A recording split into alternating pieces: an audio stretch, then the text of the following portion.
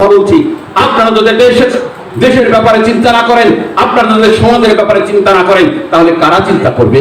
দেশ নিয়ে আমরা চিন্তা করছি না বলে আজকে আমাদের এই দেশ, আমাদের এই সমাজ কাদের হাতে গিয়েছে আমরা দেখতে পাচ্ছি। আল্লাহ রাসূল যখন প্রায় 1500 বছর আগে মক্কাতে এসেছিলেন, সেই মক্কার অবস্থা কি আমরা জানতাম? ইতিহাস থেকে জানি যে মক্কাতে চুরি, ব্যভিচার, ডাকাতিকে কোনো অপরাধ করে করা হতো না। চুরি, ব্যভিচার, ডাকাতিকে কোনো অপরাধ করে করা হতো না। আপনারা বিবেচনা করুন, আমাদের এই সমাজে কি চুরি, ব্যভিচার, ডাকাতিকে কি অপরাধ করে করা হয়? অপরাধ করে করা হয় না।